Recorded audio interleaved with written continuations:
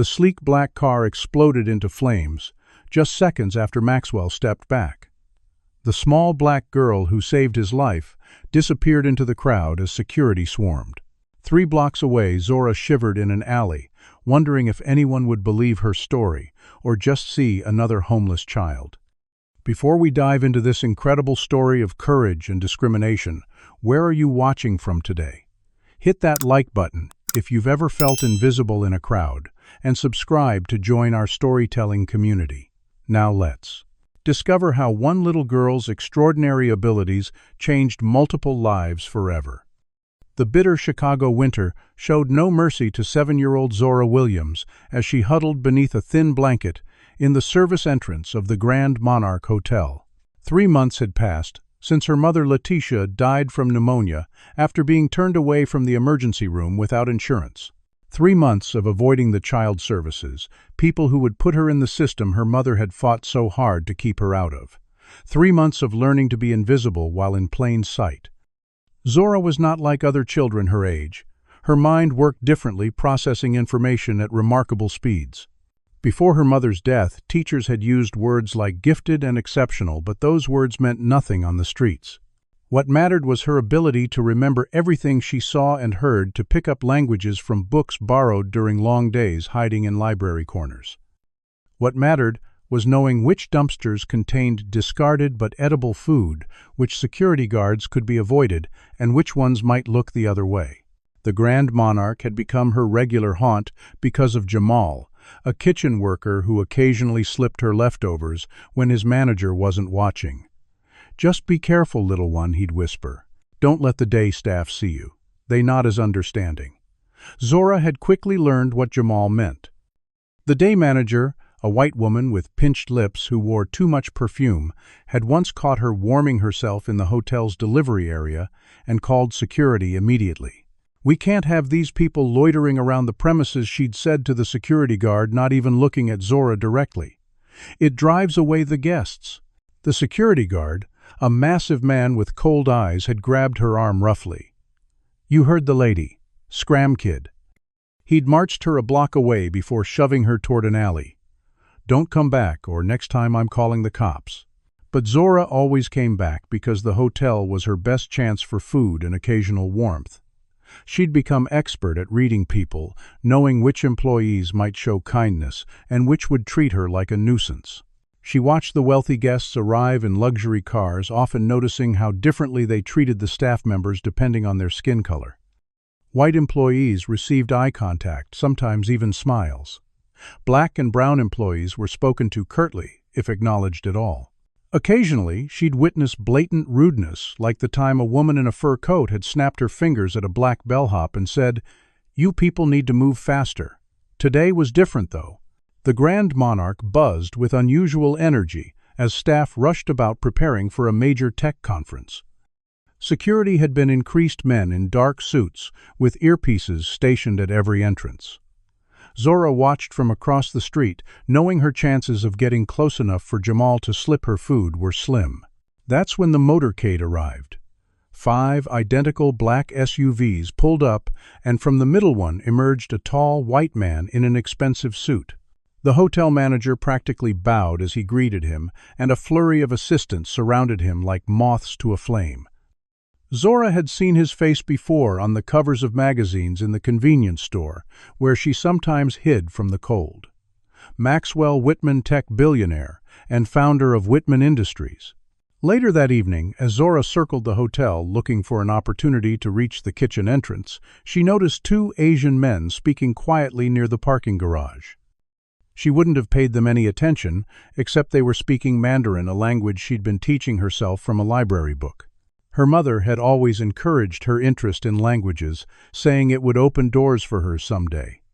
Zora froze when she caught fragments of their conversation. "Car is prepared. When Whitman leaves, detonation will be immediate." Her heart pounded as she processed what she'd heard. They were planning to bomb someone's car. Whitman's car. They continued speaking, unaware of the small girl partially hidden behind a service cart. "The driver has been paid well. He will ensure Whitman enters the vehicle before triggering the device." The men parted ways, one heading back into the hotel, the other walking toward the street. Zora stood paralyzed with fear. Should she tell someone? Would anyone believe her? She'd tried approaching security guards before, when a man had been following a young woman and they'd dismissed her immediately, threatening to call police to remove the street urchin from the premises. But this was different. A man's life was at stake. She had to try. For the next hour, Zora attempted to gain access to the hotel. Each time she was rebuffed with increasing hostility. "Get lost, kid. Beat it before I call the cops." This ain't a shelter. She spotted one of the men from earlier speaking with a uniformed driver near the hotel's main entrance. Time was running out. As evening fell and the temperature dropped further, Zora huddled near the hotel's front entrance, watching the comings and goings desperately. She noticed a black woman in an elegant green dress, directing staff wearing a name badge that identified her as an event coordinator. Unlike the others, this woman had kind eyes. Maybe she would listen. Before Zora could approach her, the hotel doors swung open and Maxwell Whitman emerged surrounded by security. He was leaving, heading toward the same black car she'd heard the men discussing. Zora's heart raced. No one was stopping him. No one knew the danger. In that moment, she realized she was the only one who could save him, even if it meant risking her own safety. She took a deep breath and prepared to make her move, knowing that in the eyes of security she wasn't a hero, just another homeless black child causing trouble. Tiana Johnson adjusted her event coordinator badge as she stepped out of the elevator into the lobby of the Grand Monarch. At 34, she'd spent over a decade organizing high-profile events, yet still had to work twice as hard as her white counterparts to earn the same respect. Tonight's tech conference was her biggest assignment yet for Carter Events, the company she'd built from nothing. One successful evening with Maxwell Whitman and his influential circle could generate enough business to expand her staff beyond just herself and her assistant. She'd already navigated several minor crises today. A keynote speaker's sudden dietary restrictions, the AV system glitching during setup, and most frustratingly, the hotel security staff, who seemed to question her authority at every one's turn despite her credentials. Now the evening's main reception was in full swing, and she needed everything to go perfectly. Tiana noticed the small girl near the entrance earlier in the day trying to speak to hotel staff, only to be shooed away repeatedly. Something about the child's determined expression had caught her attention, but she'd been too busy putting out fires to investigate. Unlike the security personnel who saw only a nuisance, Tiana recognized the signs of a child in trouble. The girl's clothes were worn but relatively clean, her hair neatly arranged despite obvious hardship. This wasn't a child who had adults caring for her needs. As she crossed the lobby toward the ballroom where Maxwell Whitman was finishing his keynote address, she spotted the girl again, this time attempting to speak to a bellhop who waved her away impatiently.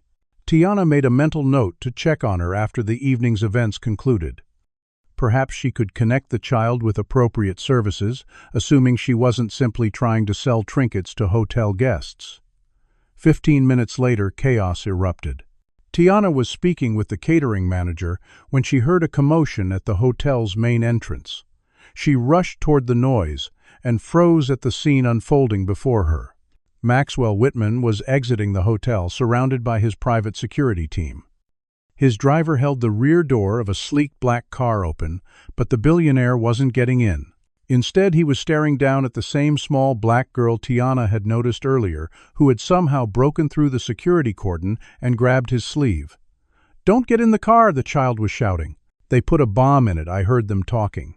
A security guard gripped the girl's shoulder roughly. "Sorry, Mr. Whitman. We'll remove this street kid immediately." The girl struggled against his grip. "Please listen, they were speaking Chinese. They said the driver would make sure you got in before they set it off."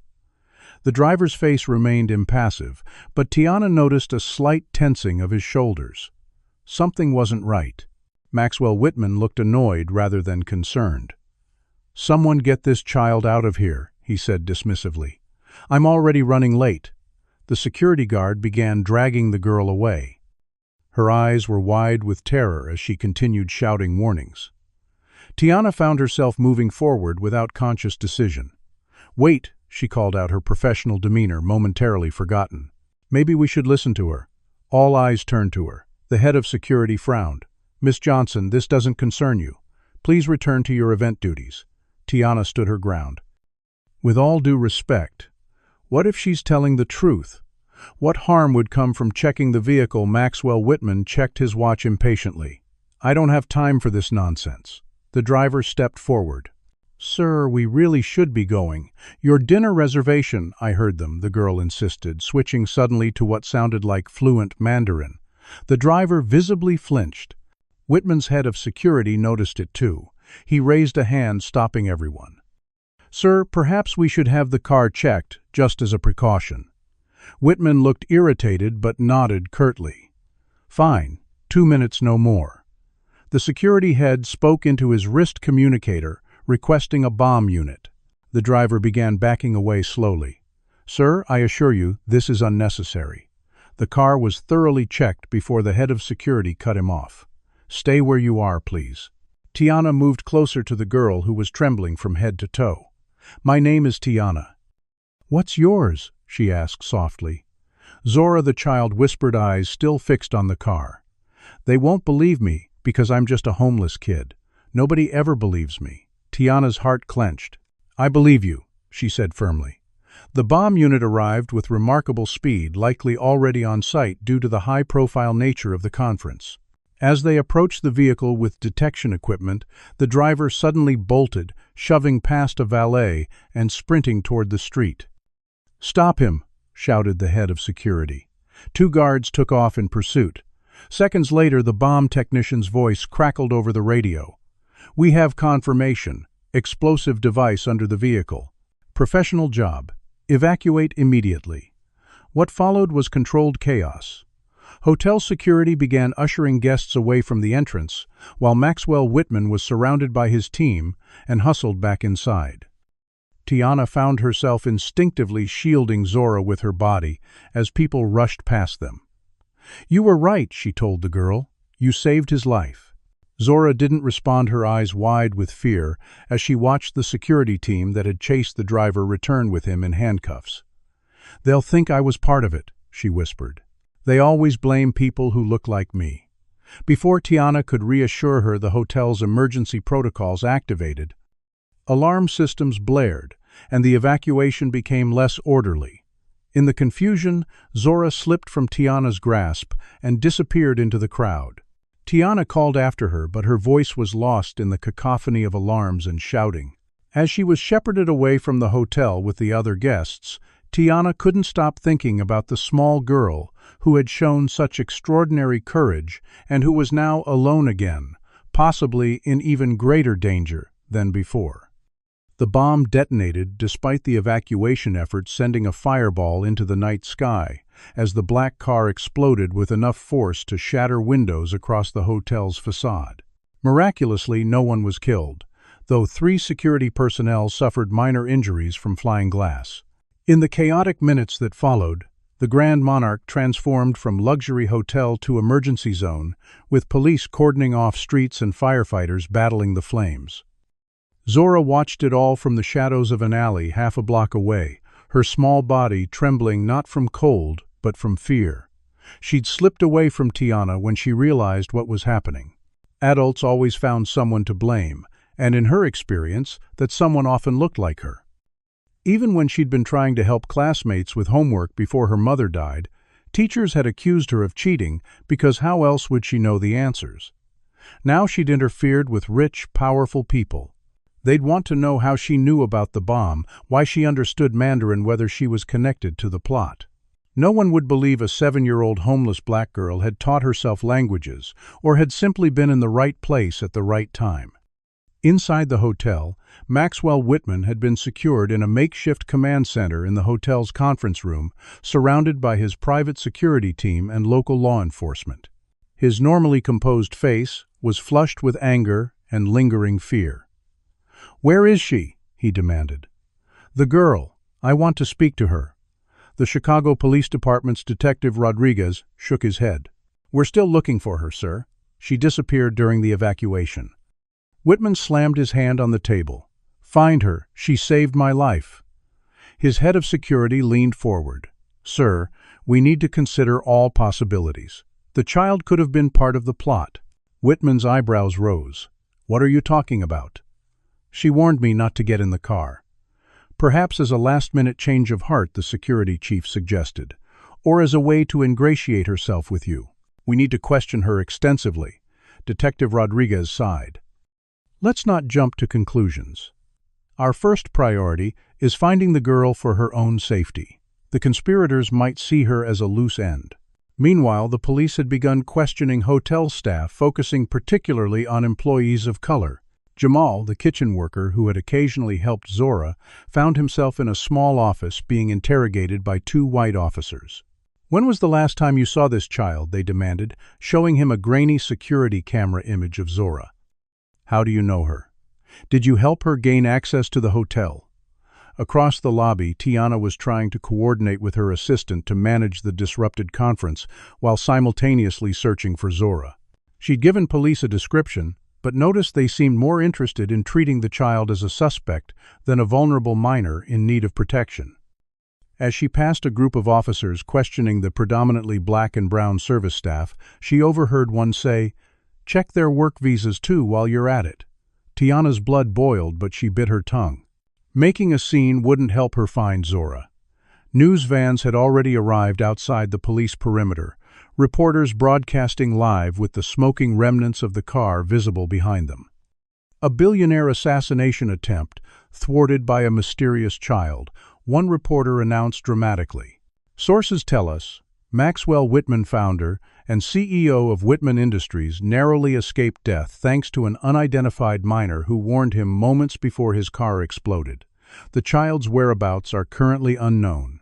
Unbeknownst to everyone searching for her, Zora had slipped into the hotel through a service entrance she'd discovered weeks earlier when seeking shelter.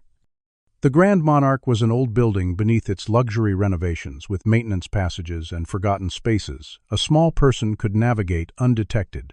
She moved silently through these hidden arteries, listening through walls and vents to the conversations taking place throughout the hotel. She heard the police questioning Jamal and felt a pang of guilt for bringing trouble to one of the few people who had shown her kindness. She heard Maxwell Whitman demanding she be found, though his tone suggested concern for his savior rather than suspicion. Most disturbingly, she heard detectives theorizing about possible terrorist connections and the child accomplice angle, confirming her worst fears. The only person who seemed genuinely worried about her welfare rather than the investigation was Tiana, the event coordinator who had stood up for her. Through a vent near the main lobby, Zora watched Tiana arguing with a police officer. "She's 7 years old, for God's sake. She's not a suspect. She's a child in danger who needs protection." The officer's response was dismissive. "Ma'am, we'll handle this. Please return to your duties or leave the premises." Zora pulled back into the shadows as tears welled in her eyes. She'd tried to do the right thing, and now she was being hunted. Every instinct told her to flee, to find a new neighborhood, a new routine for survival, but something kept her hidden within the hotel walls. Perhaps it was exhaustion or hunger, or the faint hope that someone might actually help her rather than blame her. Or perhaps it was her need to know the truth about what had happened, about who had targeted Maxwell Whitman and why. Do you think Zora should trust Tiana or try to escape from the hotel completely? Comment number 1, if you believe Zora should reach out to Tiana for help, and number 2, if you think she should run away to protect herself. Also, think about this in a world that constantly overlooks black children. How far would you go to be heard when something important is at stake? Like this video if you've ever had to fight to be taken seriously, and subscribe to our .com channel for more stories that challenge how society treats those it tries to make invisible. Now, as the search for Zora intensifies, who else might be looking for the child who foiled an assassination attempt? Dawn broke over Chicago, casting long shadows across the police barricades still surrounding the Grand Monarch Hotel. 14 hours had passed since the explosion, and the investigation had expanded dramatically. The driver, now identified as Jin Wei, had connections to a Chinese technology corporation that competed directly with Whitman Industries in the artificial intelligence sector. Intelligence agencies had joined local law enforcement, transforming the luxury hotel into an impromptu federal command center. Special Agent Diana Clark of the FBI addressed the assembled team in the hotel's largest conference room. "We're dealing with a sophisticated international corporate espionage plot," she explained, pointing to photographs on a digital display. "We've identified 4 additional conspirators still at large in the Chicago area. Finding them is our top priority." A Chicago PD detective raised his hand. "What about the girl, the one who warned?" Whitman Agent Clark's expression remained neutral. "Finding her is important, but secondary to apprehending the conspirators. She's a witness, not a target." What went unsaid but understood by everyone in the room was that a 7-year-old homeless black girl wasn't considered a flight risk or danger. The perimeter established around the hotel and surrounding blocks was designed to catch foreign agents, not to find a child who had likely fled the area entirely. Maxwell Whitman had been relocated to a secure location but remained actively involved via video conference. His face appeared on a large screen at the front of the room.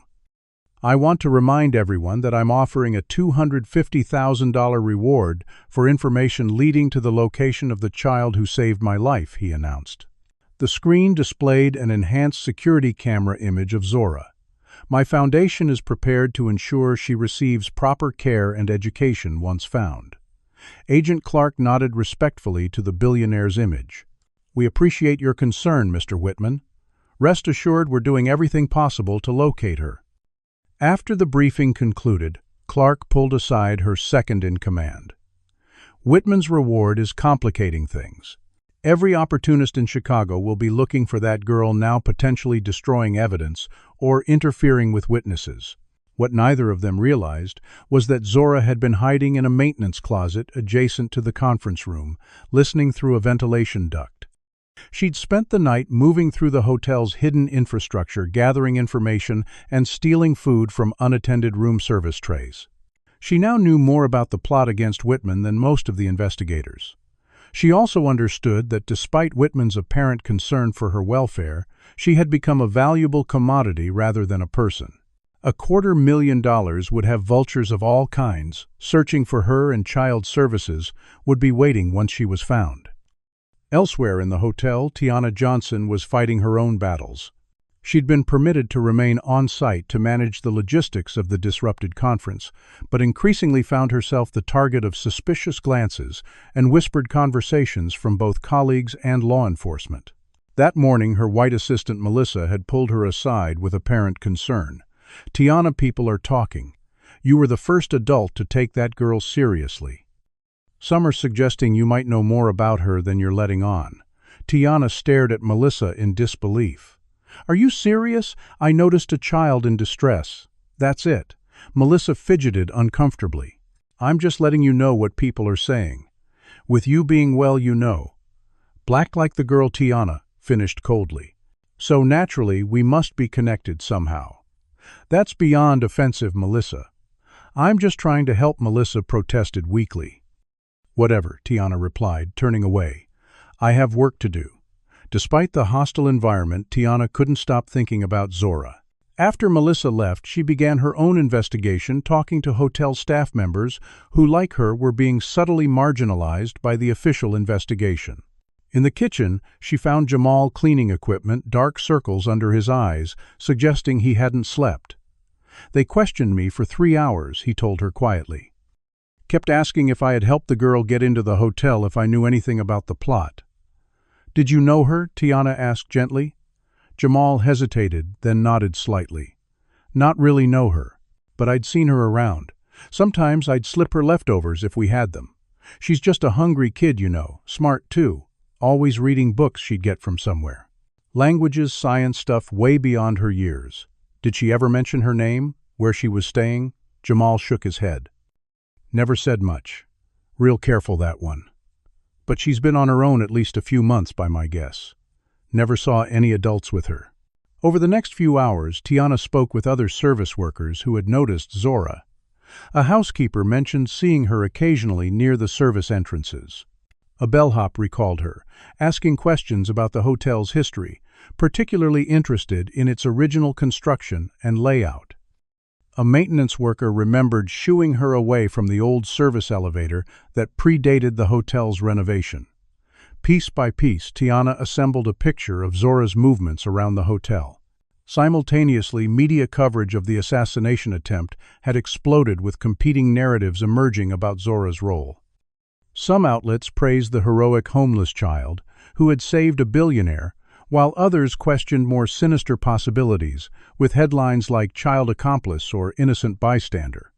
The latter stories frequently featured Zora's WWW race prominently, with coded language about children from troubled urban environments and gang connections. Disgusted by the coverage, Tiana returned to her makeshift office in the hotel's business center. She spread out a hotel blueprint she'd obtained from management and marked every location where staff had reported seeing Zora. A pattern emerged.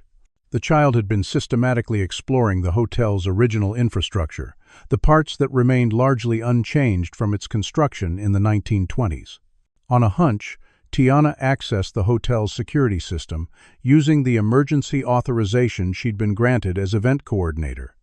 She reviewed footage from the past 24 hours, focusing on service areas and less monitored sections of the hotel. Though Zora was clearly skilled at avoiding cameras, Tiana caught glimpses of her small form in several locations, always near maintenance access points or old service corridors. The most recent sighting had been just 2 hours earlier. "She's still here," Tiana whispered to herself in amazement. "She never left." With this realization came another more troubling thought. If Tiana could figure this out, others eventually would too. She needed to find Zora before federal agents Whitman's security team, or worse, the remaining conspirators did. She gathered her findings and slipped away from the business center, heading toward the hotel's oldest section. As she moved through maintenance corridors and staff-only areas, she felt eyes on her, but couldn't tell if they belonged to law enforcement hotel security, monitoring her unusual movements, or a frightened 7-year-old, weighing whether to trust an adult for the first time in months. The basement of the Grand Monarch Hotel was a study in contrasts.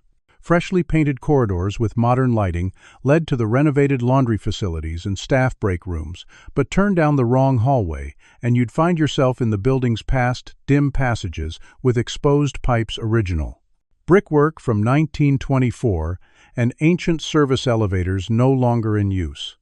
It was in one such forgotten corner that Tiana finally found Zora. The child was huddled inside a maintenance closet that had been converted into a makeshift shelter. A thin blanket lay on the floor beside a backpack, containing what appeared to be all her worldly possessions. A few articles of clothing, a toothbrush, several library books on languages, and a small photo of a woman who had to be her mother. Zora tensed as Tiana opened the door, her small body poised to flee. "I'm not here to hurt you," Tiana said softly, crouching down to appear less threatening. "My name is Tiana Johnson. I was there when you warned Mr. Whitman about the bomb." "I remember," Zora replied cautiously. Her voice was surprisingly articulate for a child so young. "You tried to make them listen to me. Why?" The question caught Tiana off guard with its directness. "Because you were obviously scared and trying to help. And because—" She paused, considering how to explain complex racial dynamics to a 7-year-old, before realizing this child had likely experienced more discrimination in her short life than many adults. "Because I know what it's like to be dismissed and not taken seriously based on how you look." Zora studied her face intently, as if searching for deception. "They're looking for me, not to thank me. They think I'm part of it. Some might," Tiana acknowledged honestly, "but I don't. And I want to help you. Why should I trust you?" Zora's voice hardened. "Adults always say they want to help. Then they call child services, and I end up somewhere worse than the streets." The pain behind her words broke Tiana's heart. "What happened to your mom, Zora?" The child's composure cracked slightly. "She got sick, couldn't breathe right. The free clinic was closed. The emergency room turned us away because we didn't have insurance. She died 3 months ago." She recited the facts with a detachment that spoke volumes about her methods for emotional survival. "I'm so sorry," Tiana said, meaning it. "That shouldn't happen to anyone." "But it does," Zora replied simply. "Happens all the time to people who look like us." Before Tiana could respond, a noise from the corridor outside froze them both. Heavy footsteps and voices approached. Tiana recognized the authoritative tone of Agent Clark. "The building blueprints show an access point here that connects to the old service tunnels. If she's still in the building, this would be a likely route." Tiana acted quickly, closing the closet door most of the way, but leaving it slightly ajar so they could see out. She held a finger to her lips, and Zora nodded, understanding the need for silence.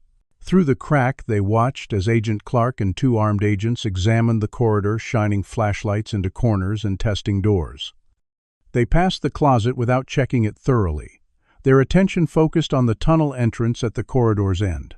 "Set up surveillance here," Clark instructed one of the agents. "If she's using these passages, we'll catch her eventually." After they moved further down the hallway, Tiana whispered to Zora, "We need to find somewhere else.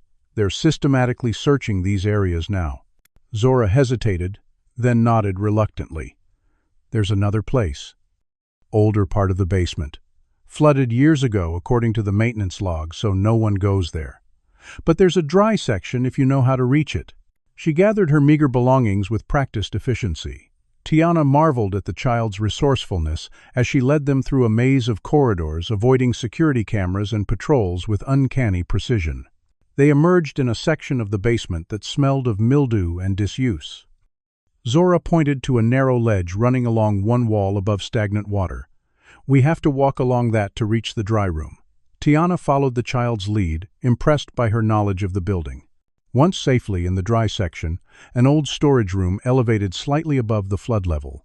Zora settled on a crate and regarded Tiana with serious eyes. "Now tell me why you're really helping me." Tiana sat across from her. "Because what's happening upstairs is wrong. They're questioning every Black and Asian employee like criminals while ignoring the fact that a child you is alone and in danger." She paused. "And because you remind me of myself at your age. Different circumstances, but the same feeling of being invisible unless you were causing trouble." Something in Zora's expression softened slightly. "Did you hear what they're saying on TV about me? That maybe I was working with the bad people I did?" Tiana acknowledged. "It's ridiculous. You saved Whitman's life. He's not who everyone thinks," Zora said quietly. "I've been listening. His company does bad things, builds software that helps police target people in poor neighborhoods. His factories overseas use child workers." Tiana was stunned. "How do you know all this?" "I listen, I read. When you're invisible, you hear all sorts of things people don't think anyone's paying attention to." Tiana was about to respond when her phone buzzed. A text message from Melissa. "Where are you? Whitman's security team looking for you. Seem angry." As Tiana read the message, the hotel PA system crackled to life, audible even in their basement hideaway. Maxwell Whitman's voice filled the space. "My fellow Americans," he began, his tone calibrated for maximum sincerity.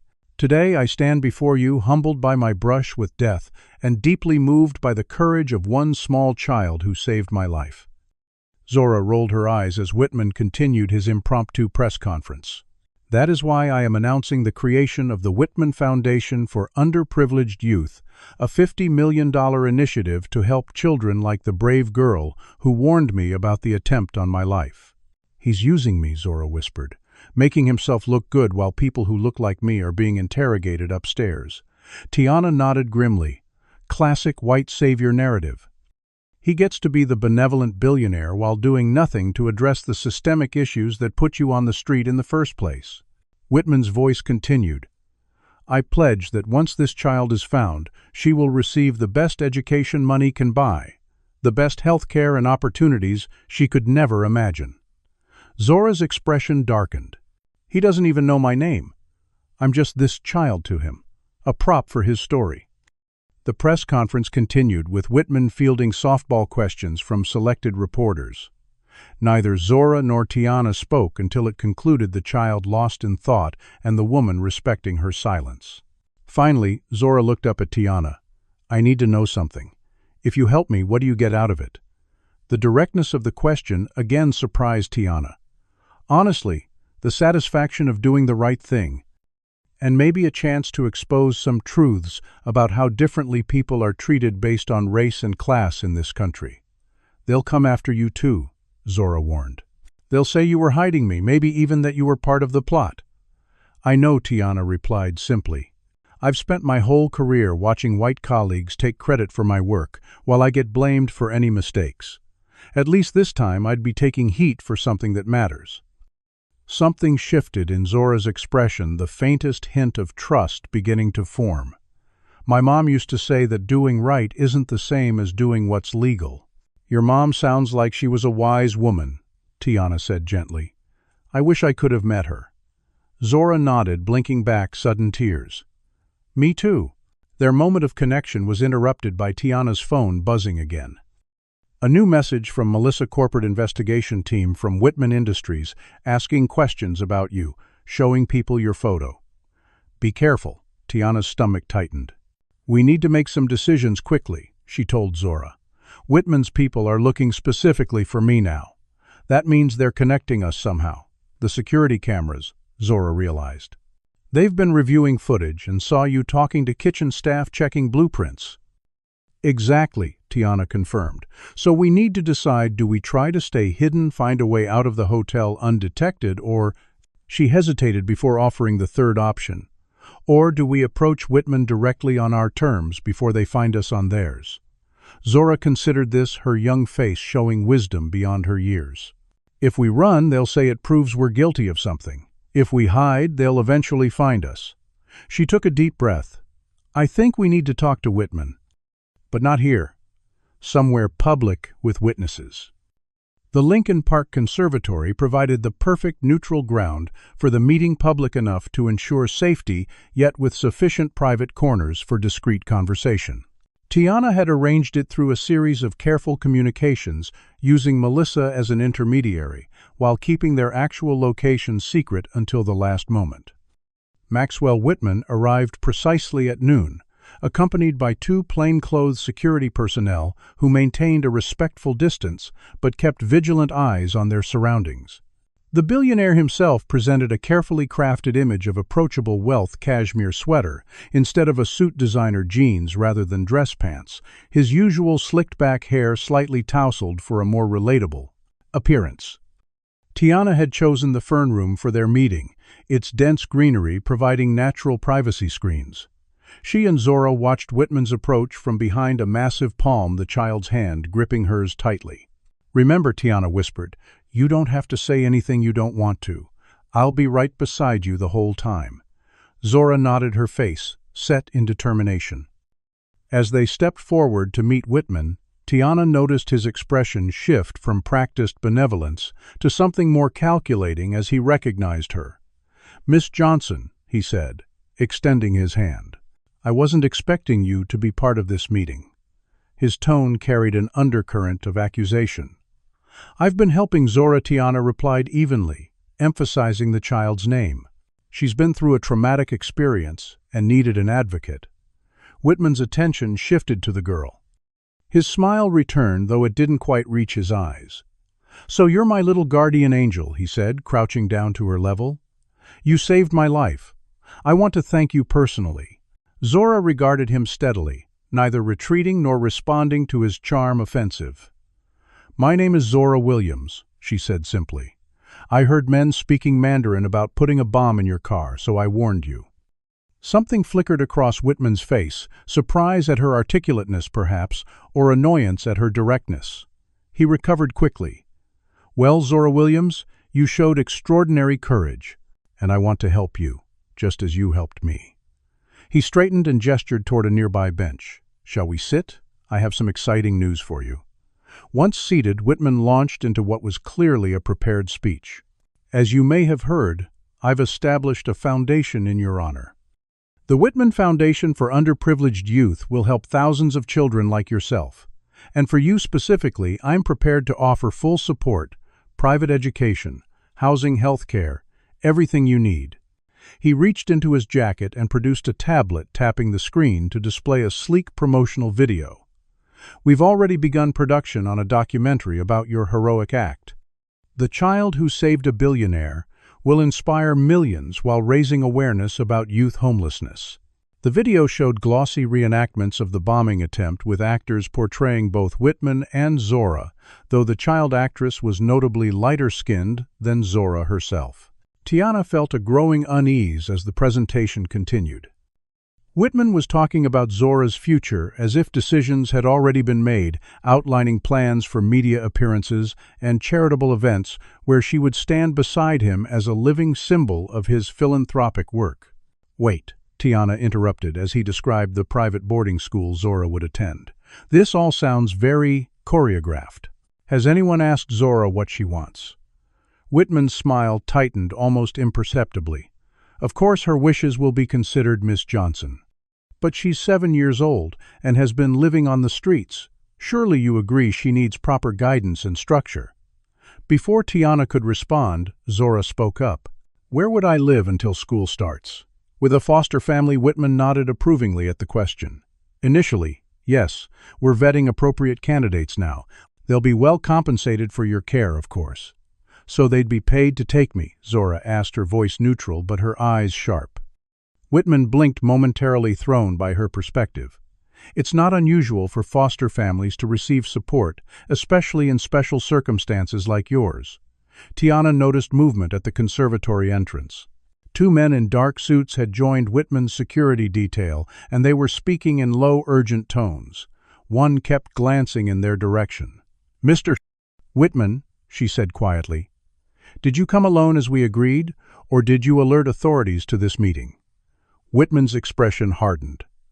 "I have a responsibility to ensure proper procedures are followed. Miss Johnson, the child has been missing for 2 days, during which time you apparently took it upon yourself to hide her from authorities."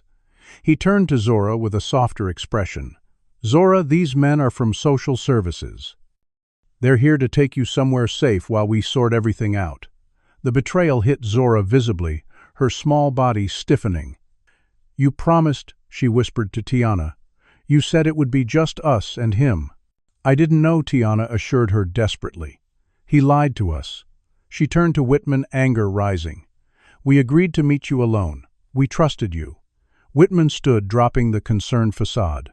"And I trusted my security team to ensure this meeting was handled properly.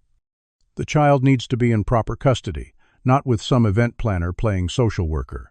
Did you honestly think you could hide her indefinitely?" As he spoke, the men from the entrance began approaching their location. Zora's eyes darted around looking for escape routes. Tiana rose to her feet, positioning herself between Zora and the advancing men. "This isn't about her welfare. This is about controlling the narrative. You want to make sure she tells the story your way." Whitman's expression confirmed her accusation before he could mask it. "My foundation will help thousands of children. One child's temporary discomfort is an acceptable trade-off." "One black child," Tiana corrected him coldly. "Would you be so cavalier if she looked like your daughter?" The barb struck home and Whitman's expression darkened. "You're making serious accusations, Miss Johnson. Accusations that could damage your professional reputation permanently." The threat hung in the air between them. The men were now close enough that Tiana could see their badges, not social services, as Whitman had claimed, but private investigators employed by Whitman Industries. Zora tugged at Tiana's sleeve. Now she whispered urgently. Before Tiana could react, Zora bolted, ducking beneath a decorative fence and disappearing into a dense section of tropical plants.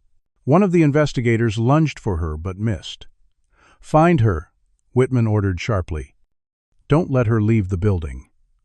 As his men scattered to search, he turned back to Tiana. "This is your fault. If you had simply brought her to authorities as legally required, she'd be safe now." "Safe," Tiana challenged. "Or controlled.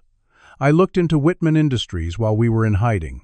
Your company supplies facial recognition software to police departments that's been proven to misidentify black faces at a rate 80% higher than white ones. Your economic development initiatives have displaced thousands of black and brown families from their neighborhoods. Your overseas factories use child labor while you posture about helping children here." Whitman's face flushed with anger. "You've been suspended from your position at Carter Events effective immediately. I made a call to your boss this morning. Apparently, harboring a minor without authorization violates your employment contract." The blow landed hard.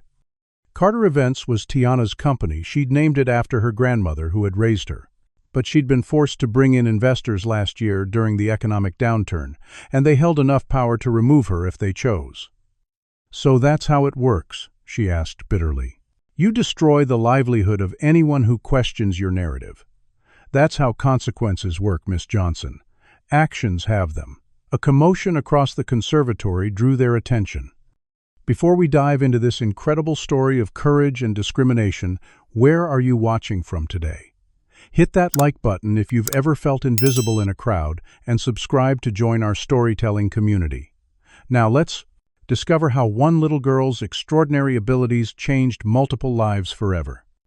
"Show me a court order," Tiana demanded, knowing he couldn't produce one. The delay created an opening, and Zora slipped away again, this time making it to a staff door and disappearing through it before anyone could stop her. The investigator shoved Tiana aside, roughly following in pursuit. Tiana stumbled but managed to stay on her feet. When she turned, Whitman was watching her with cold calculation. "You've made a serious error in judgment today, Miss Johnson. That child will be found with or without your interference. And when she is, you'll face charges for your role in hiding her from authorities." "The authorities weren't looking for her," Tiana shot back. "Your private security team was. There's a difference." "Not when I make a phone call to the right people," Whitman replied with chilling confidence. He checked his watch. "Now, if you'll excuse me, I have a press conference scheduled. I'll be announcing a nationwide search for the heroic child who saved my life and has now tragically gone missing again." He paused, studying her with detached interest. "I wonder which version of this story the public will believe. The concerned billionaire trying to help a homeless child, or the disgruntled event planner with no legal right to interfere." As Whitman walked away, Tiana stood frozen, the full-on.com. Impact of what had just happened washing over her. She had lost her company, made a powerful enemy, and worst of all, failed to protect Zora, who was once again alone and running for her safety. What would you do if you were Tiana? Fight back against a powerful billionaire, or try to distance yourself from the situation to save your career? Comment number 1. If you think she should continue helping Zora, regardless of the Class 2A consequences. Or number 2, if you believe she should protect herself from Whitman's influence. And what about Zora? Was she right to run, or should she have accepted Whitman's offer despite his manipulation? Like this video if you believe standing up for what's right matters more than personal cost, and subscribe to follow Tiana's next move in this dangerous game of power and privilege. The question now becomes, with both Whitman and the authorities hunting for her, where could a 7-year-old possibly hide, and who might still be willing to help her? The Illinois Department of Children and Family Services Intake Center on South Hamilton Avenue processed approximately 75 children each week. Most stayed less than 48 hours before being placed in emergency foster care or reunited with family members. For 7-year-old Zora Williams, captured 3 days after fleeing the conservatory, the sterile processing room represented her worst fears realized. The intake specialist, a tired-looking white woman in her 50s, repeatedly asked the same questions while typing Zora's answers into an outdated computer system. "So, you're claiming you have no living relatives? No aunts, uncles, grandparents?" Zora sat with perfect posture on the uncomfortable plastic chair, her expression carefully neutral. "My mother was Letitia Williams. She died from pneumonia complications 3 months ago at County Hospital. My father has never been in my life. My grandmother died before I was born. My mother had no siblings." The woman sighed, clearly not believing her. "And you expect me to accept that you've been living completely on your own since your mother's death?" "A 7-year-old, I'm almost 8, Zora corrected quietly. "And yes, that's what happened." "And you speak Chinese?" "That's what you told the police." The skepticism in the woman's voice was unmistakable. "I understand Mandarin," Zora clarified. I taught myself using library books and by listening to conversations in Chinatown. The intake specialist stopped typing and leaned back in her chair, making no attempt to hide her disbelief. Young lady, I've been doing this job for 22 years. I can tell when a child is making up stories for attention. Zora didn't bother responding. She had expected this reaction. It was why she'd avoided the system for so long. No one believed a black child from the South Side could teach herself Mandarin or survive on her own. It didn't fit their preconceptions. Her case was assigned to Heather Donovan, a newly qualified social worker, with a caseload already exceeding state guidelines. Their first meeting lasted exactly 17 minutes, during which Heather explained that Zora would be placed in an emergency foster home until a more permanent arrangement could be found. "You're actually quite lucky," Heather told her, reviewing her file. "There's been media interest in your case because of the Whitman incident. That usually means faster placement. Mr. Whitman promised me things," Zora said carefully. "About education and a foundation." Heather brightened. "Yes, the Whitman Foundation has already contacted us. They're very interested in your welfare. Once the investigation is complete and your status is settled, they'll be involved in your case." "Investigation?" Zora asked, sudden alarm breaking through her composed facade. Heather immediately became more guarded. "Standard procedure. The police need to verify your story about the bombing threat. And of course, we need to understand your connection to Tiana Johnson, the woman who was hiding you." "She was helping me," Zora said firmly. "She's the only adult who believed me." Heather made a non-committal noise while writing something in her file. "The courts will sort all that out. For now, let's focus on getting you settled." That evening, Zora was driven to a modest bungalow on the west side home to the Petersons, a foster family currently housing 3 other children. Mrs. Peterson, a heavy-set woman with a brisk manner, showed Zora to a small bedroom she would share with another girl. "Dinner's at 6, lights out at 8. No leaving your room after lights out, except for bathroom." "Questions?" Zora shook her head. "Good. I run a tight ship here. Follow the rules, we'll get along fine." The other girl in the room, Deja, was 10 and had been in the system since infancy. After Mrs. Peterson left, she filled Zora in on the household dynamics. "They're okay, not the worst. Mr. P works nights, so you hardly see him. Mrs. P is strict, but fair mostly. Don't touch their stuff and don't make noise when their shows are on." Zora nodded carefully, placing her backpack, the only possession she'd managed to keep, under the bed. "I saw you on TV," Deja continued. "You're the girl who saved that rich, white man, right? Then disappeared." "That's me," Zora confirmed quietly. "Why'd you run? He was going to make you rich or something." Zora considered how to explain complex motivations to a 10-year-old, then remembered that children often understood more than adults gave them credit for. "He wanted to use me to make himself look good. He didn't really care about helping me." Deja nodded sagely. "Adults always want something, especially rich white ones." Meanwhile, across town, Tiana Johnson sat in her small apartment surrounded by cardboard boxes. Her investor partners had made good on Whitman's threat, voting to remove her from Carter Events, the company she had founded and named after her grandmother. Her professional reputation was in tatters, with industry contacts suddenly too busy to take her calls. Local news had run stories with headlines like "Event Planner Under Investigation for Child Endangerment" and "Whitman's Savior Child Still Traumatized After Abduction." Tiana had been trying to reach Zora since learning of her capture, but DCFS refused to allow contact, citing the ongoing investigation. Her attorney, an old college friend working pro bono, had advised her to distance herself from the situation to minimize potential criminal charges. Instead, Tiana had spent every waking hour researching both Zora's situation and Whitman Industries. Her discoveries painted a disturbing picture.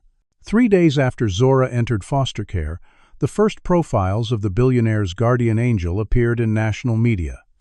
The stories were remarkably similar, each featuring the same carefully selected details about Zora's life.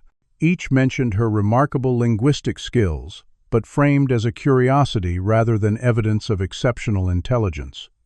Each emphasized her rescue from homelessness by the system, and each prominently featured Maxwell Whitman's pledge to ensure her future education through his newly established foundation. What none mentioned was Zora's mother, the circumstances of her death, or any detail that might raise questions about healthcare access or systemic inequality.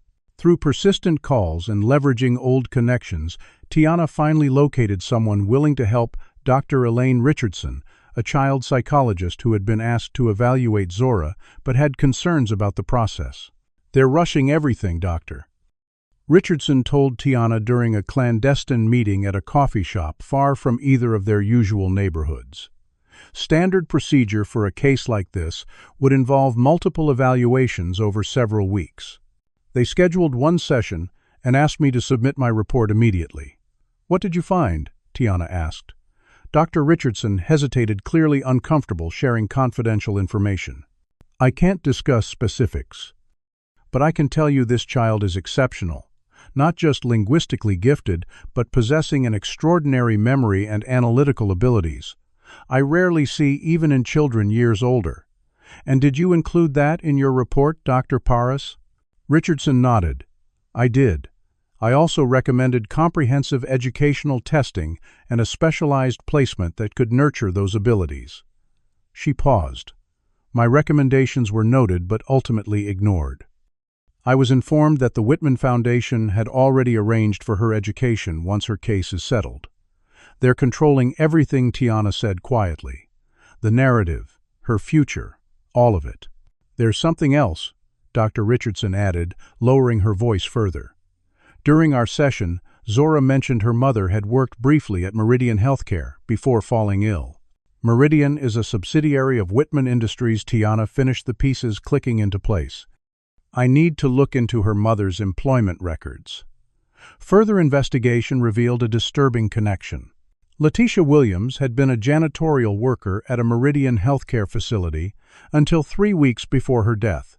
She had been terminated after missing shifts due to illness, an illness that later developed into the pneumonia that killed her.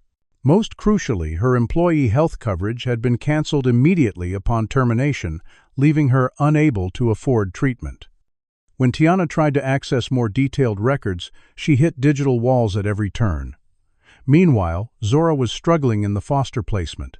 Her exceptional mind, accustomed to freedom and self-directed learning, chafed against the rigid structure and limited intellectual stimulation. Her foster siblings were kind but bewildered by her knowledge and vocabulary. Mrs. Peterson, initially impressed by having a celebrity foster child, grew increasingly frustrated by Zora's questions and observations. "She's disruptive, Mrs." Peterson told Heather during a check-in call that Zora overheard from the hallway. "Always asking why we do things certain ways, correcting the other kids' homework, reading books meant for high schoolers. And she has nightmares, wakes up screaming about her mother." Heather's response was inaudible, but the outcome was swift. The next day, Zora was informed she would be moved to a different placement more suited to her needs. Before the move could happen, a more significant development occurred. Maxwell Whitman held a press conference announcing the official launch of the Whitman Foundation for Underprivileged Youth with Zora as its first beneficiary. "We've arranged for Zora to attend Lakeside Academy, one of the finest private schools in the Midwest," he announced to applause. "Her extraordinary story will inspire others through our outreach programs." What went unmentioned was that Lakeside Academy was nearly 300 miles away in Michigan, or that the arrangement would effectively isolate Zora from anyone connected to her past, including Tiana. It also wasn't mentioned that the school's board of trustees included 2 major Whitman Industries shareholders. As media attention shifted from Zora herself to Whitman's philanthropic gesture, Tiana was fighting an increasingly desperate battle against overwhelming odds. Her attempts to legally intervene in Zora's case were rejected due to lack of standing. Her efforts to speak with Zora directly were blocked at every turn. Even Dr. Richardson was removed from Zora's case, replaced by a psychologist with ties to the Whitman Foundation. In a last-ditch effort, Tiana turned to community activism. She contacted Black community organizations, tenants' rights groups, and healthcare advocacy networks. She shared Zora's story, not the sanitized version appearing in media, but the real story of a brilliant child failed by multiple systems whose homeless mother died because profit was prioritized over healthcare access. Gradually, support began to build. small protests appeared outside Whitman Industries headquarters. Local black-owned newspapers ran stories questioning the official narrative. Community leaders began asking why a child who had saved a billionaire's life had been homeless in the first place. The growing pressure caught the attention of Congressman Marcus Davis, whose district included the neighborhood where Zora and her mother had lived. After meeting with Tiana and reviewing the evidence she'd gathered, he agreed to request a formal investigation into both Zora's case and the circumstances of her mother's death. But time was running out. The court date to determine Zora's permanent placement was approaching rapidly, with all indications pointing to approval of the Whitman Foundation's plan. Zora herself, now in her second foster placement in less than 2 weeks, was withdrawing further into herself. The spark and determination that had kept her alive on the streets was dimming under the weight of institutional processing. Until the morning, Tiana received an unexpected phone call from an unknown number. "Miss Johnson," a small, familiar voice asked. "It's Zora. I need your help. I remember more now about what I heard that day. It wasn't just about the bomb. They said something about Maxwell Whitman already knowing that it was all planned somehow. And I found something in my mom's things about her job at the hospital. Can you come get me?" The pre-dawn light cast long shadows as Tiana's car pulled up 3 blocks from the foster home where Zora was staying. Her heart hammered in her chest as she scanned the empty street for any sign of police or private security. Aiding in what would legally be considered a child's unauthorized departure from foster care could mean criminal charges, but Tiana had run out of options for working within a system clearly manipulated by Whitman's influence. The side door of the modest bungalow opened silently, and a small figure slipped out carrying a backpack. Zora moved with the practiced stealth of someone accustomed to remaining undetected, keeping to shadows until she reached the car. Once inside, she spoke urgently. "We need to go quickly, Mrs. Turner checks rooms at 5:30. She'll notice I'm gone in 15 minutes. Tiana pulled away from the curb, driving exactly at the speed limit to avoid attention. "Are you sure about this, Zora? Once we do this, there's no going back." The girl nodded firmly. "I found something yesterday when they took me to clean out the storage unit with my mom's things." She unzipped her backpack and removed a folder. "Mom kept everything important in here. My birth certificate, her work papers, medical records." She pulled out several sheets of paper. She was working at Meridian Healthcare, cleaning the executive offices at night. The week before she got fired, she accidentally saw documents about something called Project Oversight. She made notes about it. The childish handwriting on notebook paper contrasted sharply with the gravity of the content. Zora Williams had documented fragmentary details about an AI-powered surveillance system Whitman Industries was developing for government use, one with algorithmic biases that disproportionately targeted minority communities. More damning were her notes about internal testing showing these biases and executive decisions to proceed despite them. Mom wrote she was going to talk to a reporter, Zora explained. 3 days later, she was fired for excessive absences, even though she'd only missed 2 days when her asthma got bad. The implication hung heavy in the car. "You think they found out she knew?" Tiana asked gently. Zora's expression remained controlled, but her eyes reflected a grief beyond her years. "I think they made sure she couldn't get health care when she needed it most. And I think the bomb meant for Whitman wasn't what everyone thinks." They drove to a small motel on the outskirts of Chicago, where Tiana had paid cash for a room the previous day. Once inside, with the curtains drawn, Zora revealed the full extent of what she remembered overhearing in Mandarin that fateful day. They said, "The diversion is prepared as Whitman requested, and, after the controlled demonstration, public sympathy will neutralize the privacy concerns." I didn't understand what it meant then, but now I think. She trailed off the conclusion, almost too enormous to articulate. "You think Whitman knew about the bomb?" Tiana asked, stunned. "Not just knew, planned it," Zora said quietly. "A controlled demonstration that was never meant to kill him, just make it look like an attempt. The driver was in on it, that's why he ran when they started checking the car too carefully. It was supposed to go off after Whitman was safely away. But why in Juan? What would be worth that kind of risk? Tiana wondered. The timing, Zora replied with a wisdom that continued to astonish Tiana. There was going to be an exposé published about project oversight and the biased algorithms. Mom had contacted a journalist. I found the emails. She pulled out printed copies of email exchanges between Zora Williams and a reporter at the Chicago Tribune. The story was scheduled to break the same week as the tech conference. What better way to bury it than with news about an assassination attempt on Whitman? And then he could use the foundation and me as further distraction. Tiana sat heavily on the edge of the motel bed, processing the implications. So when you warned him about the bomb, I accidentally derailed his plan, Zora finished. The bomb was supposed to go off after a warning, but with enough damage to look convincing. My warning changed the timeline. They had to detonate early before a full inspection found evidence it was never meant to be lethal. The pieces aligned with disturbing clarity. Whitman's insistence on controlling Zora's narrative, the rushed approvals for his foundation's involvement.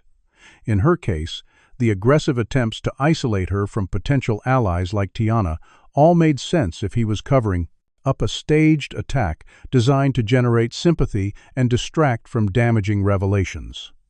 As Tiana considered their next steps, her phone buzzed with a news alert. Maxwell Whitman had scheduled an emergency press conference for 9 a.m. to address disturbing developments in the investigation of the bombing attempt. The accompanying photo showed him looking appropriately grave, with the caption noting he would announce expanded security measures for tech executives following the terrorist attempt on his life. He's doubling down, Tiana realized. Using the incident to justify more surveillance technology, probably the very systems your mother discovered were biased. What do we do now? Zora asked, her composure finally showing cracks as the enormity of their situation sank in. They were up against one of the most powerful men in the country, with few allies and limited resources. Tiana considered their options carefully. Going to the police was risky. Whitman's influence extended into law enforcement through his technology contracts.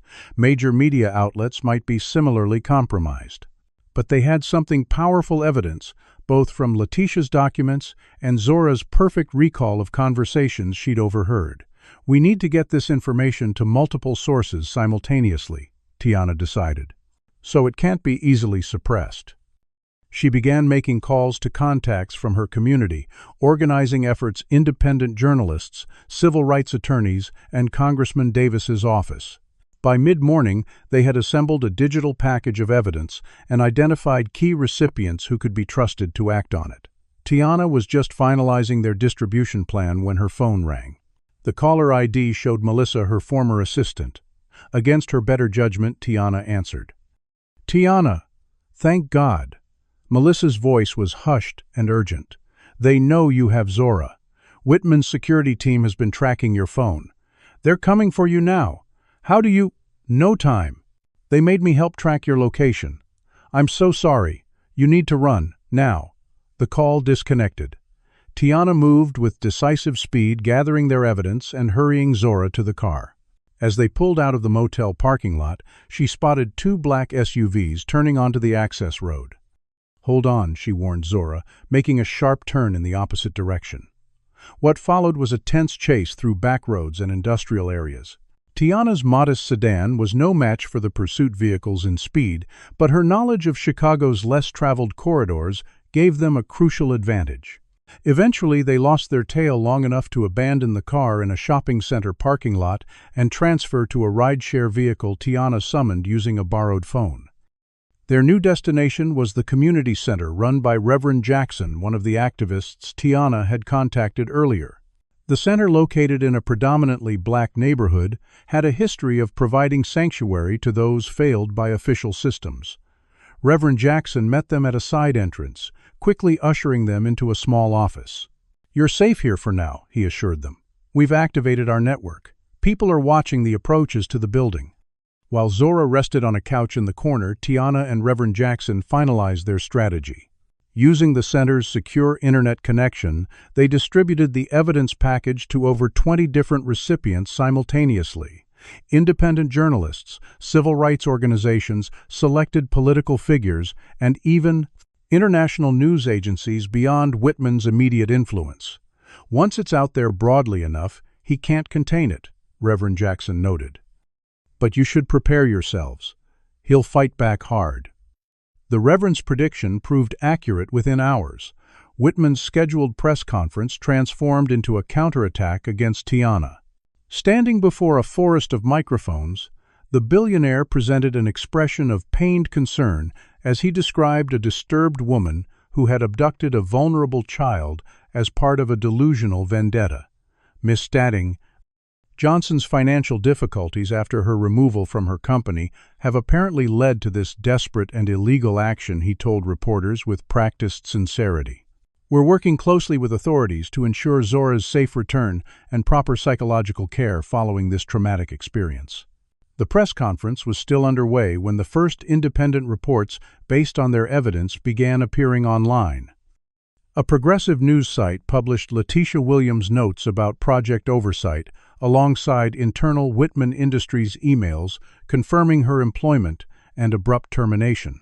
A civil rights organization released an analysis of the bombing that highlighted inconsistencies in the official narrative. Congressman Davis issued a statement calling for a congressional investigation into both the bombing and the suspicious circumstances surrounding Letitia Williams' death. The information cascade quickly gained momentum. As more outlets picked up the story, mainstream media could no longer ignore it. By evening, major networks were running competing breaking news banners, "Whistleblower's Daughter," at center of Whitman bombing controversy, and questions emerge about tech billionaire's assassination attempt. Whitman responded with legal threats against anyone publishing the allegations, but the distributed nature of the information release made traditional suppression tactics ineffective. When markets opened the following morning, Whitman Industries stock plummeted 12% on the news. Through it all, Zora remained the calm center of the storm, her extraordinary mind-processing developments with both childlike emotion and adult understanding. Mom would be proud, she told Tiana quietly, as they watched coverage of protests forming outside Whitman Industries headquarters. She always said truth finds a way. Law enforcement eventually located them at the community center, but by then public sentiment had shifted dramatically. When officers arrived, they found over 200 community members forming a human shield around the building, demanding protection for the child whistleblower and her advocate. News cameras captured it all, making any attempt to forcibly remove Zora politically impossible. Instead, Congressman Davis arrived personally to escort them to a congressional hearing where Zora would be allowed to testify under special protective measures for minors. As they prepared to leave the safety of the community center, Tiana knelt to Zora's level. "Are you ready for this? It's okay to be scared." Zora squared her small shoulders. "I'm not scared anymore," she said with quiet determination. "Mom always told me our voices matter even when people try to silence them, especially then." 1 year to the day after the bombing, Zora Williams stood at the entrance of the Grand Monarch Hotel, her hand clasped firmly in Tiana Johnson's.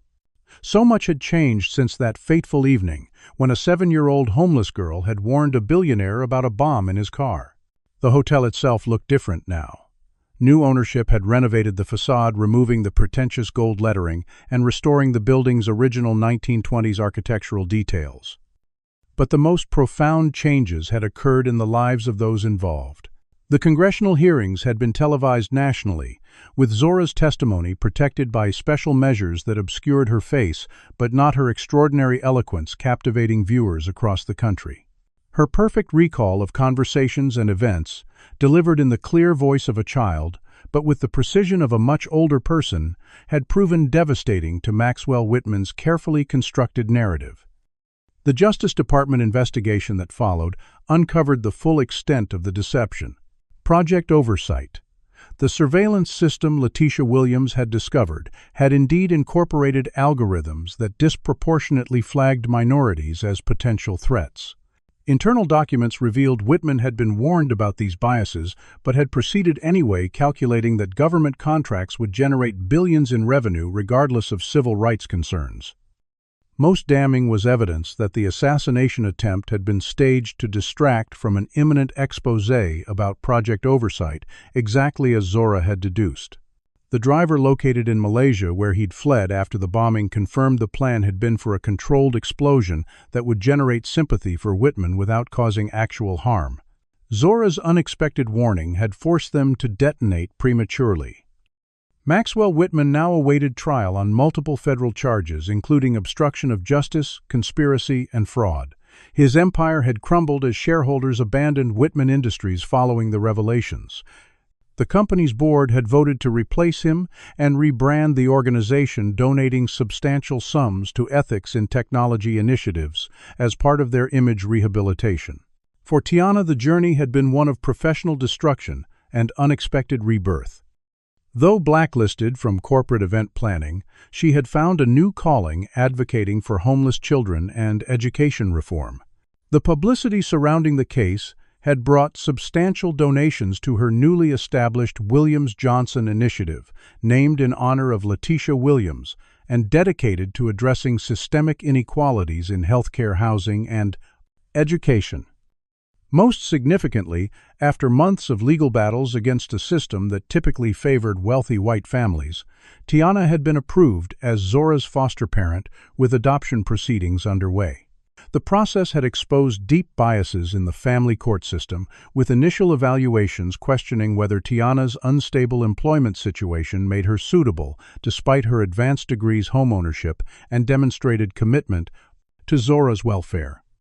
Only after community activism and political pressure did the courts finally acknowledge what was obvious to everyone who knew them, that Tiana and Zora belonged together. Today's visit to the Grand Monarch marked both an ending and a beginning. The new owners had invited them to the reopening ceremony, acknowledging the role their story had played in transforming not just the hotel, but conversations about race, class, and power in America. "Ready?" Tiana asked, squeezing Zora's hand gently. The now 8-year-old nodded her eyes, reflecting a wisdom no child should have to acquire so young, but also a hope that had once seemed impossible. As they walked through the doors, employees and guests recognized them immediately. Unlike a year ago, when Zora had been invisible, except as a nuisance to be removed now, people nodded respectfully, some even applauding softly as they passed. Jamal, the kitchen worker who had once slipped Zora leftovers, had been promoted to food service manager under the new ownership. He greeted them warmly in the lobby. "Look at you," he said to Zora with a broad smile. "From hiding in service corridors to guest of honor. Your mama would be bursting with pride." After the ceremony, they visited Meridian Healthcare, now under new management, following its separation from Whitman Industries. The facility had established the Zora Williams Memorial Clinic, providing free care to those without insurance. It stood as a concrete acknowledgement that her death had been preventable, a direct result of profit-driven healthcare policies that viewed people like her as disposable. The Williams Johnson Initiative headquarters occupied a renovated building in the neighborhood where Zora and her mother had lived.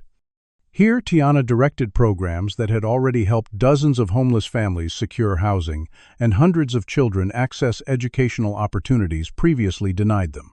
Zora herself now attended a specialized program for exceptionally gifted children, where her remarkable abilities were nurtured rather than dismissed or exploited. Her language skills had expanded to include not just Mandarin but Spanish, French, and Arabic, and her mathematical abilities had tested at a high school level. More importantly, she was healing from the trauma of her mother's death and her time on the streets. Living with Tiana had given her stability, love, and the freedom to be both the extraordinary mind she was and the child she deserved to be. The settlement from their civil suit against Whitman Industries had established trust funds for both Zora's education and a foundation to help other homeless children with exceptional abilities who were being overlooked by traditional systems. Regular community outreach programs identified children who, like Zora, showed remarkable potential despite challenging circumstances. Congressional hearings inspired by their case had led to policy changes addressing algorithmic bias in technology and discrimination in healthcare access. Zora Williams' death had not been in vain. That evening, after a day of commemorations and forward-looking celebrations, Tiana and Zora sat in their apartment living room, surrounded by books and the colorful artwork Zora had recently discovered a passion for creating. "Sometimes I still can't believe we made it through," Tiana admitted. "There were moments when it seemed impossible." Zora looked up from the complex mathematics textbook she'd been studying. "Mom used to tell me that justice isn't always swift, but truth always finds a way eventually." "She was right. She was a wise woman," Tiana said softly.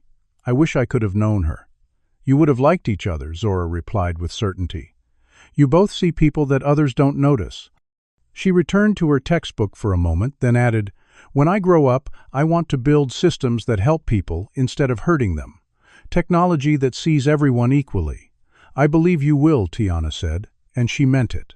Watching Zora transform from a terrified homeless child to a confident, purposeful young person had been the most profound experience of her life.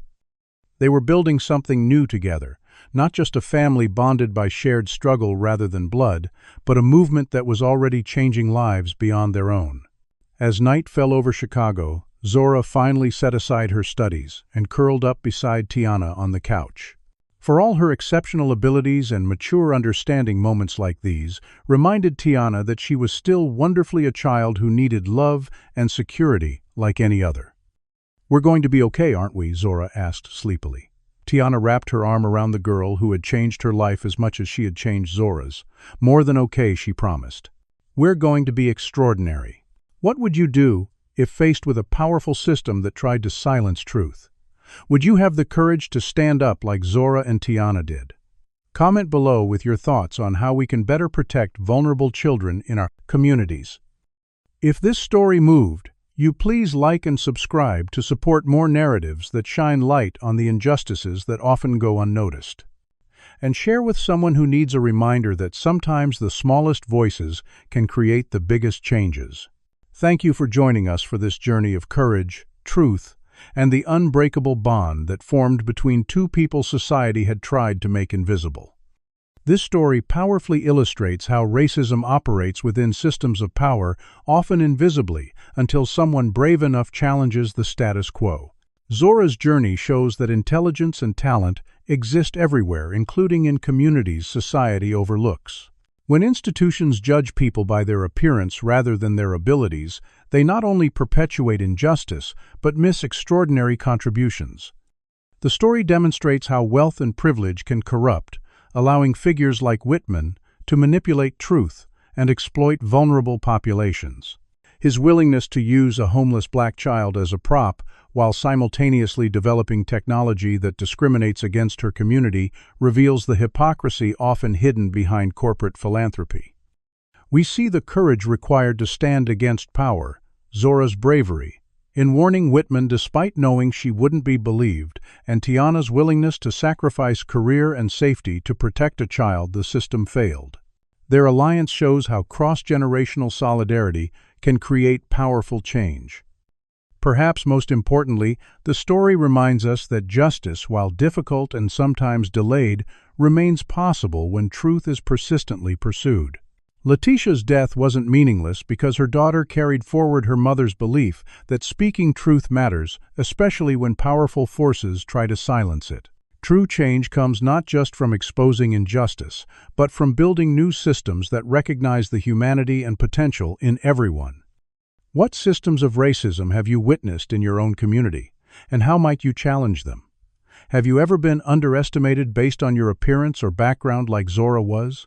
Comment below with your experiences or thoughts on how we can create a more just society where talent and character matter more than race or wealth. If this story resonated with you, please hit that like button to help more people discover it. Subscribe to our channel for more powerful narratives that expose uncomfortable truths about racism and discrimination in America.